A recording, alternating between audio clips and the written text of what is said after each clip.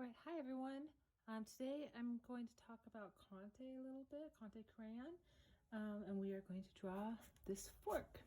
So your materials, here we have black Conte, white Conte, your gum eraser, and your kneaded eraser. And I am repurposing some brown paper bags and some cardboard. And I think that there's some beauty in that, elevating something that we see every day to this level of art. I think that's really exciting, and has kind of a deeper narrative that's interesting to me. First step here is I might tape this down because it's a little bit wrinkled, so it's going to be annoying later on. So I'm just going to put a few pieces of tape here. If you like a nice border, you could go all the way, all the way around. For now, I'm just, for the sake of this demo, I'm just doing the corners. Okay, so the first step here, you have two options. You could lightly sketch, well, let me take a step back. Doing a few thumbnails beforehand to work out your composition is going to be really helpful. Trying a lot of different silverware out, trying a lot of different positions out. So that's really helpful, a helpful first step. So a thumbnail is just a quick little tiny sketch that works out the composition. So do a few of those in your sketchbook beforehand. I've decided on that right there because I like the shadow. Now you could sketch lightly first using graphite. This does look like Conte, but it's actually graphite. You can tell it's kind of shiny and silver gray. You could sketch it out first with that if you want, or you could just lightly sketch it with the Conte. So Conte is this beautiful material that's black. You get beautiful range of values with it. It's a mix of wax and charcoal. It was invented during the French Revolution. They were running low on materials, so they combined them and they came up with this great new material. So it is erasable. So you could sketch out using the Conte. So that's what I'm going to do right here. And because I did thumbnails beforehand, I know that I like the fork, and I also know that I want to put it right in the middle really large. So I've started with an oval shape for the top here, and then basically an oval for the handle. And now I'm going to take some quick measurements. I'm measuring, just glancing and noticing that the top here is 1 to 1 and like 3/4. So 1 to 1. So I'm noticing that either this part's too long or this part's too short. So I'm going to make this a little bit longer. I'm going to do a little bit both. I'm going to make that a little bit longer. I'm going to make this a little bit shorter. And then I'm going to check the measurements again. 1, 1, 3/4. So it looks much better. So I'm loosely sketching it in, and my marks are pretty light. So that way I can erase them later. So I'm keeping it loose, keeping it light, working the large shapes first. Then I start to modify and make things more detailed. So I'm looking at the negative shape here. I'm looking at seeing if there's any symmetry in my view. So kind of putting that working line in here to help guide my decisions.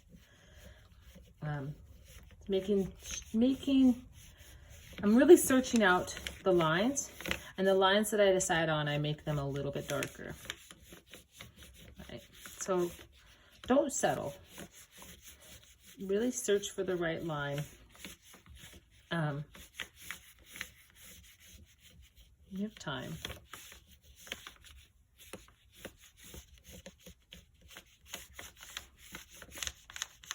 And I'm moving a little faster because well, it's a demo, but also I don't want to stay on one area too long. It the drawing loses kind of its harmony if you stick on one area too long. So I'm modifying and making things more specific, but I'm also aware that I'm got to work the entire subject and entire picture plane at the same rate. So I'm making things a little more specific, working on the outline as well as interior contours too. So there's a detail here, it's like a little ridge. And I'm really just working with the black right now. Once I've sketched it in, then I like to take a step back and ask myself how the proportions are going, check the angles.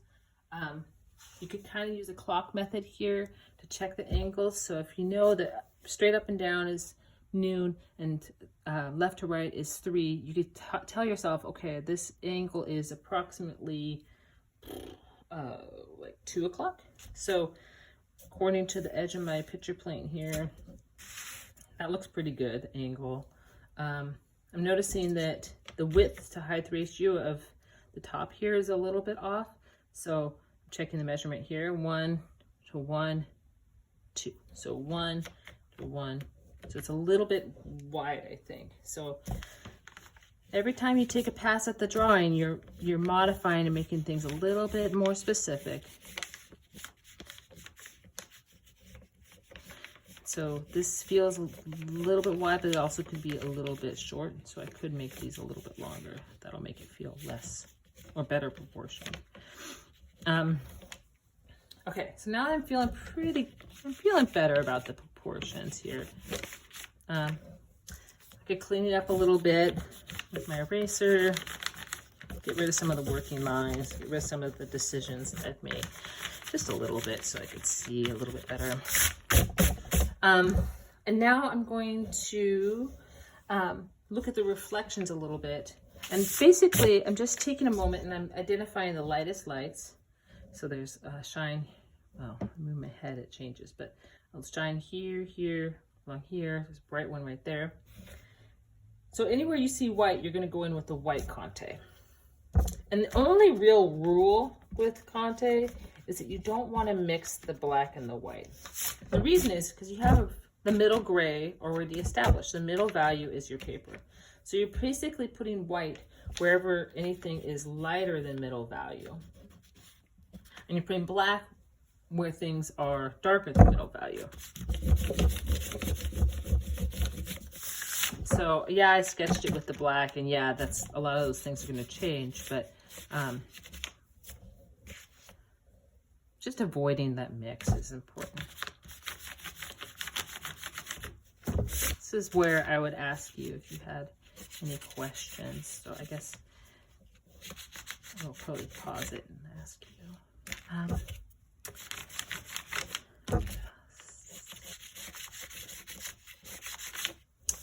And I'm noticing if I squint my eyes, I could kind of identify some of the lighter values. So I'm seeing a little bit here. I'm just going to put a little bit of the, get rid of the black, a little bit of the Conte, the white Conte, just by using the side of the Conte.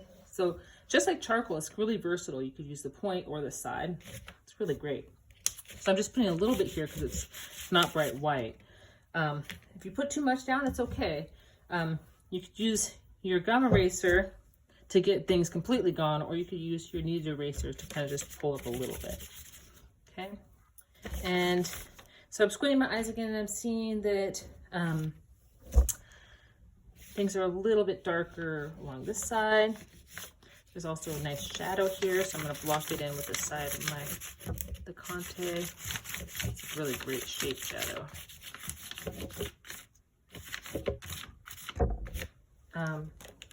If you want to blend it in, if you don't like the texture, you could use your eraser or you could use a rag.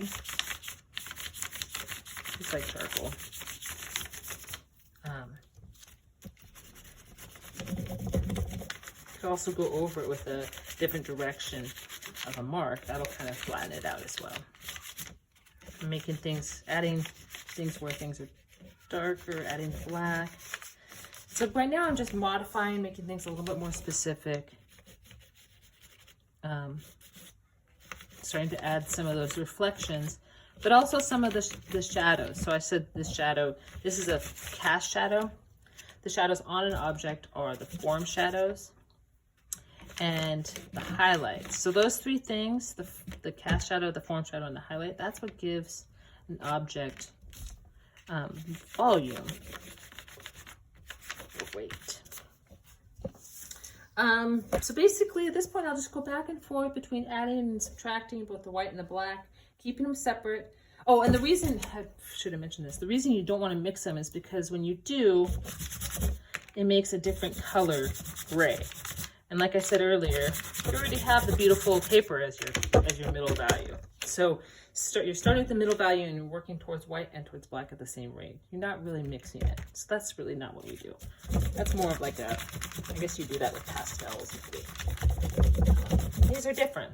These are their own, Conte Crayon is its own thing.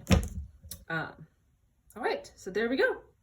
Keep modifying, go back and forth, and then spray fix it when you're done so that it doesn't smear off. All right, have fun.